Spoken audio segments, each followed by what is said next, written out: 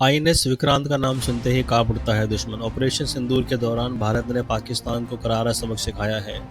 इस पूरे मिशन के दौरान भारतीय वायुसेना ने अहम भूमिका निभाई है। अब रक्षा मंत्री राजनाथ सिंह आईएनएस विक्रांत के दौरे पर पहुंचे थे। इस दौरे पर उन्होंने खुलासा किया कि ऑपरेशन सिंदूर में इंडियन नेवी की भी अहम भूमिका रही। इस दौरान रक्षा मंत्री ने कहा कि ऑपरेशन सिंदूर अभी खत्म नहीं हुआ है।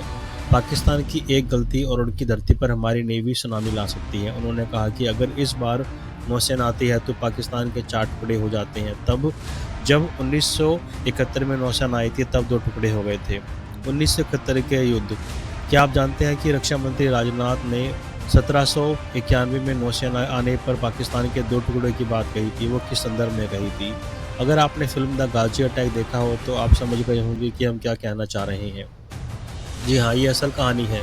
1971 में समंदर में लड़े गए उस युद्ध की, जब आईएनएस विक्रांत, जिसे समंदर का बाहुबली भी कहा जाता है, उसे खत्म करने के लिए पाकिस्तान ने अपना सबमरीन पीएनएस गाजी भेजा था। तब इंडियन नेवी के बाहुबली ने समुद्र में ही गाजी की समाधि बना दी थी। चलिए विस्तार से जानते हैं इसे। गाजी को सौंपा गया विक्रांत को डुबाने का काम। साल 1971 में पाकिस्तान के 2 टुकड़े होकर एक हिस्सा पूर्वी पाकिस्तान बना, जिसे अब बांग्लादेश के नाम से भी जाना जाता है। यह युद्ध सिर्फ जमीन पर ही नहीं बल्कि समुद्र के अंदर भी लड़ी गई। भारतीय नौसेना के साहसिक अभियानों में से एक पाकिस्तान की खतरनाक पनडुब्बी पीएनएस गाजी को भी डुबाना शामिल था।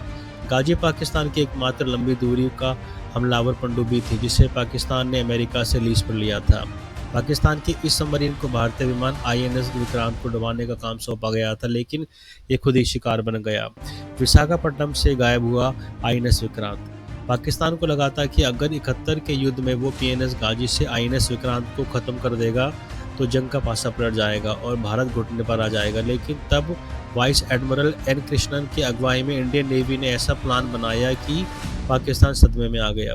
इंडियन नेवी ने जो स्ट्रिंगलेस इंस्पेक्टर्स उसमें लगाए गए, इससे पता चला कि पाकिस्तान को निशाना बनाना चाहते हैं। इसीलिए 13 नवंबर तक विक्रांत को खुफिया तरीके से अंडमान और निकोबार भेजा गया ताकि वो पाकिस्तान की नज़र में ना आए।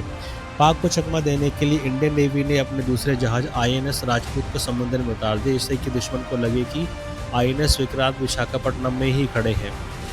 जब भारत ने बनाई गाजी की समाधि, 3 दिसंबर को आईएनएस राजपूत को समुद्र में उतारकर भारी वायरलेस सिग्नल्स भेजेगा, जिससे कि ऐसा लगे कि आईएनएस विक्रांत विशाखापट्टनम में सही खड़ा है।